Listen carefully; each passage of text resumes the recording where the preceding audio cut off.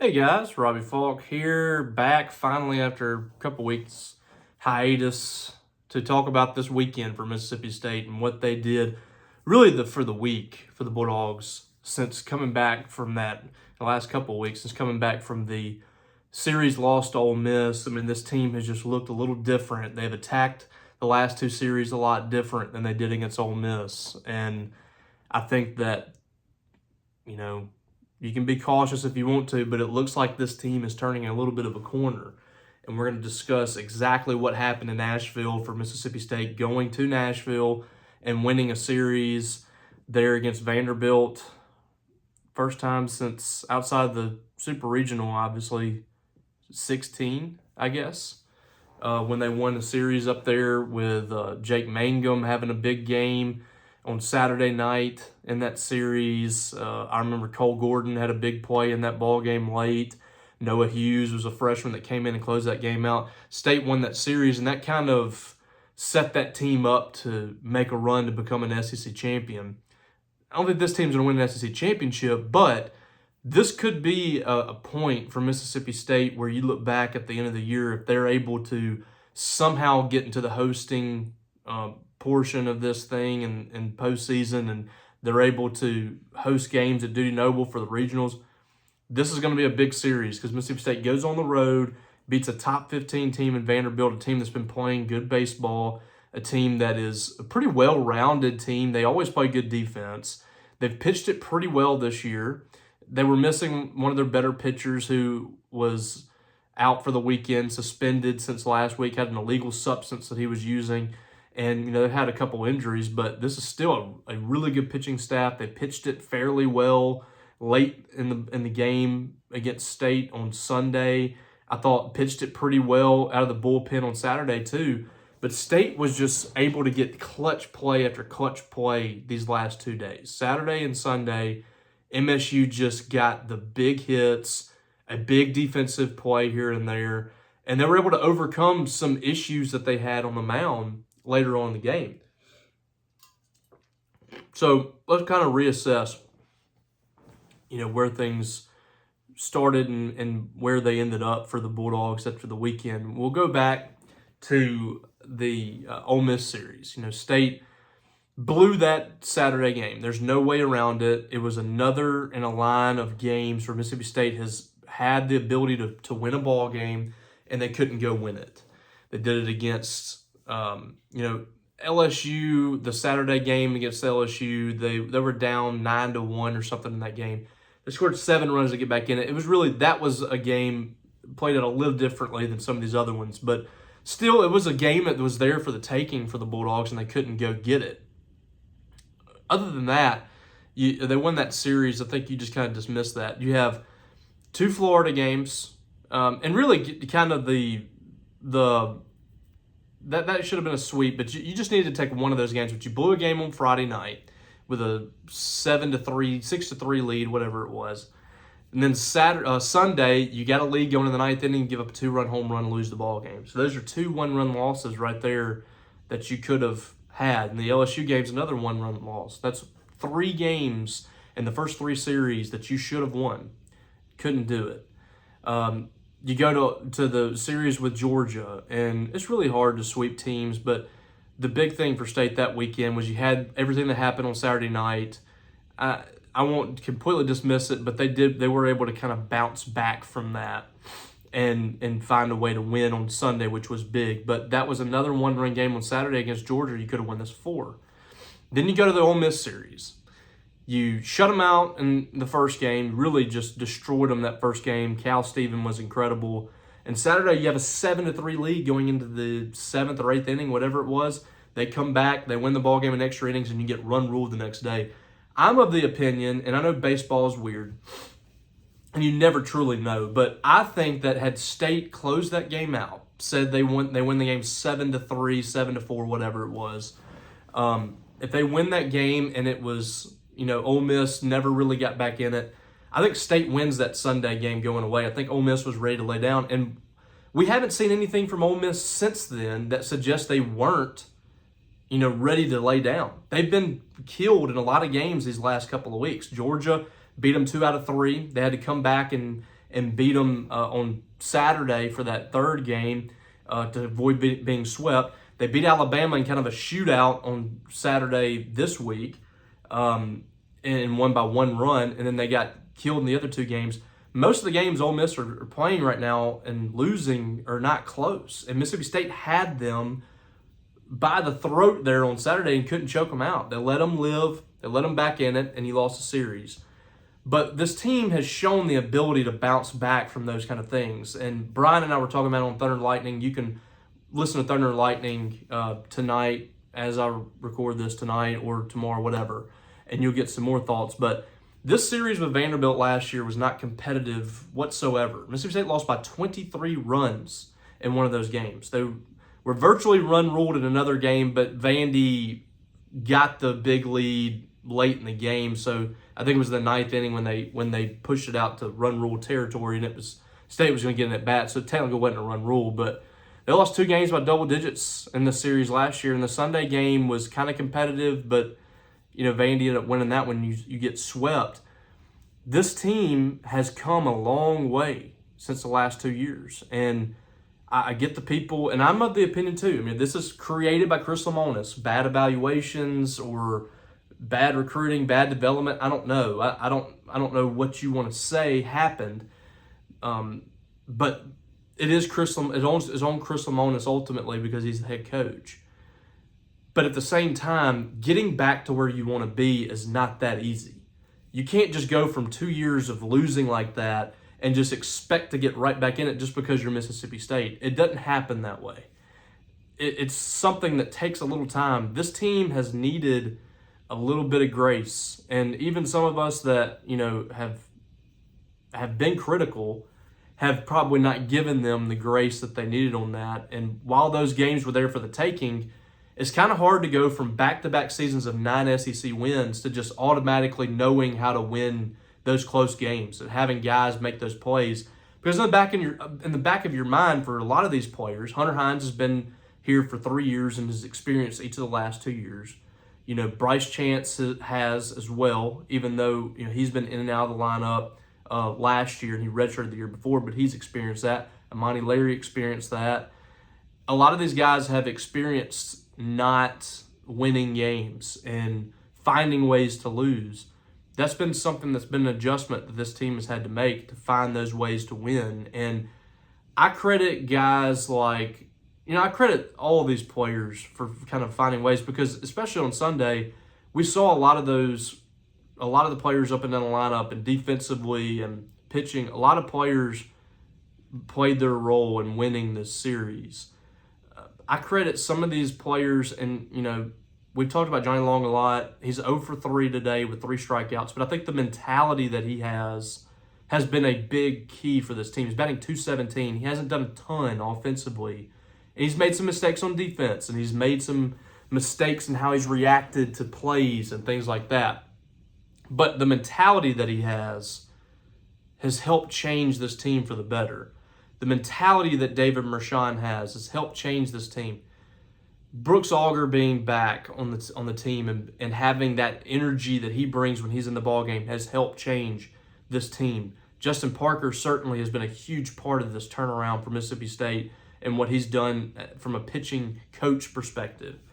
So I give a lot of credit to those people for helping change the mentality, the culture, back to where it should be at Mississippi State. And that's why now you see them in their last 4 SEC games where they've had these situations. They found a way to win. Auburn on Sunday in the doubleheader last week. You get the bases loaded. Tyson Harden comes in and gets a fly out. State wins the series. You lose the lead, or what was it? It was 3-1 or whatever it was on Sunday. State was losing by a couple runs or whatever.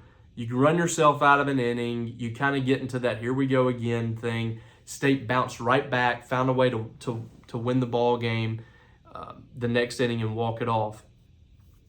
And then this week, you got Saturday, things start unraveling on you a little bit. You had a 5-0 lead. That lead gets down to 5-4 or whatever it was. And State gets a big hit from Ethan Pulliam in the bottom of the lineup and a big hit from Joe Powell in the bottom of the lineup. in the 8th inning to extend that lead. And then you have Tyler Davis coming in there and finishing them off. That's not something that this team could have done a few weeks ago. And on Sunday, it was really, I was getting ready to say that I'm going to write a book one day on Mississippi State sports and what you can expect when viewing Mississippi State sports. And one of the things that I would write about, and we're gonna give this book to everyone in Mississippi schools. It's going to be part of your Mississippi history lessons, that you're going to read this book, this textbook, and see exactly what Mississippi State sports is all about. And they completely just turn the tables on us on Sunday. You get a 5-0 lead. You got Logan Kohler hitting bombs. You got, big hit from Connor Hijack. David Mershon hit a home run. It's 6-0 going into the 6th inning. And State is just absolutely rolling. Drangelo Sanjo was incredible. He given up 1 hit in like 5 innings. He struck out 11. He was just absolutely shoving it. And Vandy could not do anything with it. Well, all of a sudden, a dink here, a dunk there. Lead gets cut down. He goes out of the ball game. Nolan Stevens gives up a 3-run bomb. It's a tie game. 6 runs in the 6th inning, and you're sitting here going, what do you have to do at this point? You got a great start. Chris Amonis mapped this out incredibly well, putting Drangelo Sanjo on Sunday. You stole a game on Saturday against a guy that Vanderbilt's been talking about could be their ace. You stole that game, and then you have, Drangelo going up against the bullpen, basically, from Vanderbilt on Sunday. He gets a 6-0 lead, and State can't hold it. So you're just talking about, here we go again. And then you give up another run, a 7-6 in the 8th inning. I thought the play of the game was Logan Kohler in the 8th inning. A run's going home. He gets a grounder. It just makes an incredible play to get it home. Johnny Long tags him out at the plate.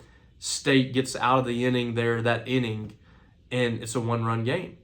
And I thought that completely changed the dynamic, because you got the top of the order coming up. You have 2 guys that at any point can get it out of the park, and Dakota Jordan and Hunter Hines. If anybody, Bryce Chance or David Mershon, can get on base, you're going to have a chance to take the lead.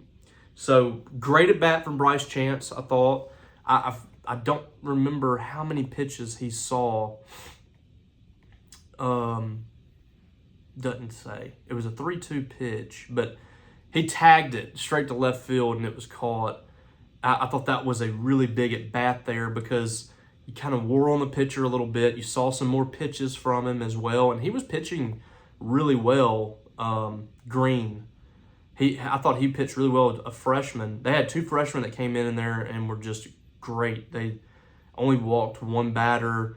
They'd given up 2 hits in 5 innings, or 4 innings at that point, and they had struck out like 5 or 6 batters. Those freshmen did a really good job, but you had that at bat, and then you had Mershon getting up there just pesky, just foul tip, and just stayed in it before he would ground one to the right side. And when he's on base, that changes the dynamic, because the pitcher's thinking about, he's going to get to second.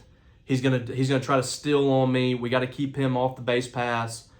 And that leads to mistakes. And we've seen those mistakes made time and time again from other teams. He gives one to Hunter Hines that, with 2 outs, by the way, that was just served up for him. And Hunter Hines hit one off the building in right field. That thing had to have gone 450 feet. Absolute monster shot. 3rd home run of the weekend for Hunter Hines, who I've said this about him. When he is locked in, he's going opposite field. He's taking good pitches. I thought we saw that from him this weekend, and he was 1 for 5 on Sunday, but he only had 1 strikeout. He was putting it in play.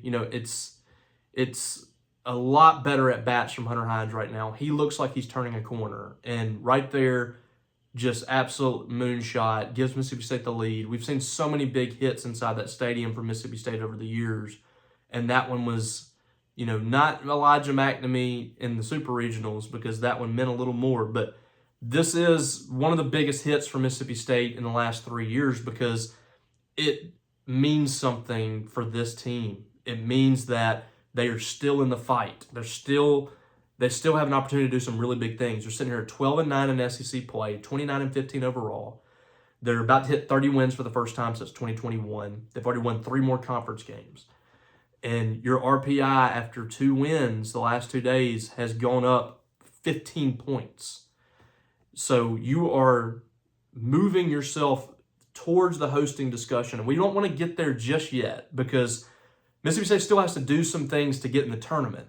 They're not safe right now. It's not a situation where State has locked up a tournament bid. I don't think 13 SEC wins could get them in. If they only win one more game, I don't think they're going to get in. I think 15 is safely in. I think 14 is going to be cutting it close. So 3 more SEC wins, and then you can start to really feel good about that. But this team, this next weekend is just like this weekend was a big series and the weekend before. This is now the biggest series. The Alabama series is the biggest series in 3 years for me, I think. And it's going to be the biggest series the next weekend in Fayetteville. The next 3 weekends are huge for Mississippi State. You're trying to put your program back on the national map. It's been missing for the last couple years. People have been waiting for you to get back. Well, you have that opportunity now. And I look at this team each and every week, and I think the only team that can beat them, it feels like, is themselves. They're in position to win every series. They were in position to win the Texas A&M series. That's the number 1 team in the country. They were in position to sweep Florida. They were in position to sweep Ole Miss. They were in position to sweep Georgia. They have 7 losses out of 9, 6, I'll say 6, that they could have easily won if not for themselves. They do so many things to hamper themselves in these ball games, but I like the fact that they're finding ways to win now. That's the difference now between this team and the one that played in Oxford a couple weeks ago. So last week was huge. Mississippi State's won 7 out of their last 8 games. They're sitting here at 14 games above 500. They're in a great spot right now, but a tough end of the schedule. Alabama is not the Alabama team that Mississippi State played in 2016 when they're trying to stack wins to win the SEC. Missouri has beaten Mississippi State with worse teams against better Mississippi State teams. Those 2 home series are not gimmies for Mississippi State, but they are must-wins. Mississippi State needs to win both of those series, and they really need to sweep one. A sweep in one of those series and winning the other one will get you in position to host, and then you need to win 1 game in Fayetteville. If you can do those things, if you can win 18 games in the SEC play, I think this is a team that's going to host. I really do. I think the metrics are going to get to the point where that is going to be a possibility. So, big week coming up. You have Ole Miss on Wednesday, which would still be a good non-conference win. Now, they're starting to fall in the metrics. Their RPI is starting to fall because they're just not winning games. But right as it stands right now, it's a top 30 RPI win, and that would be your second against them. That's a big game for them on Wednesday. They need to win that game. And then this weekend, you need to take the series against Alabama. You do that, you do those 3 things, and you're sitting here at 32-16. You're 14-10 in SEC play with 6 games to go, and you got a chance to possibly, win 17-18 conference games. That'll play. So we'll see how it goes, but Mississippi State is right now, they're moving up. They're 20-7 at home. They're 7-7 on the road. They've improved their road schedule. So I like where this team is. I think they're growing as a team. I think they're starting to figure out how to win games. That's been huge for them, and we'll see if they're able to keep doing that. It's a nice little pocket they're in right now, but you got to continue to climb. There's so many things that this team can do so much better, and people get upset when you mention that, but when I talk about that, it's not to be negative. It's not to find the negativity in games. It's to point to the fact that this thing could be so much better for Mississippi State. This program could be so much better. This team could be so much better if they just could do some of the little things right, if they would stop shooting themselves in the foot. There's so many things this team could accomplish. I think they're talented enough to do that. And if they can clean those things up, if they can clean up the mental mistakes, they can clean up the self-inflicted wounds, This is a team, we've seen them now in these games find ways to win. They're gritty, they're tough. This is a team that can easily make a run. I've seen worse teams in worse shape make runs to Omaha. That 2018 team had no business being there. They were a game away from the national championship. The 2007 team had no business being there. Those teams got hot at the right time, and they were tough. And that's what this team can be too. I think they're getting hot at the right time. I think they're tough. Put it all together, and this could be a special year for Mississippi State, and we'll see if they're able to do that. All right, guys, appreciate y'all. Once again, subscribe to this YouTube channel if you like what you see. If you're a big Bulldog fan, please do that. Help us out in Maroon and White Daily. We'd appreciate that a lot. We've had a tremendous month at maroonandwhitedaily.com. Come check us out at On3. Myself and Paul Jones are really building something special there, and we'd love to have you. We're hitting record numbers every single week and every single day. We've got new members, so we'd love for you to join us as well. And I appreciate you guys for taking time to watch this. I hope you guys have a great week. Hopefully Mississippi State can continue their winning ways in baseball. But we have some transfer portal news to talk about on the board. A lot of action going on over there as far as the transfer portal. We have members on our board that are locked in on that thing, helping us out. And then Paul Jones and myself are locked in as well on the football and men's and women's basketball side. So come check us out. We got some great content over there, some great action on the message boards, and we'd love to have you. So have a great week. Come check us out again next week when we'll get back on here. And I swear I'm going to find some time to do a Talkin Dawgs live, but we'll figure out when that is. I'll let you know on Twitter. So, all right, guys. Catch you down the road.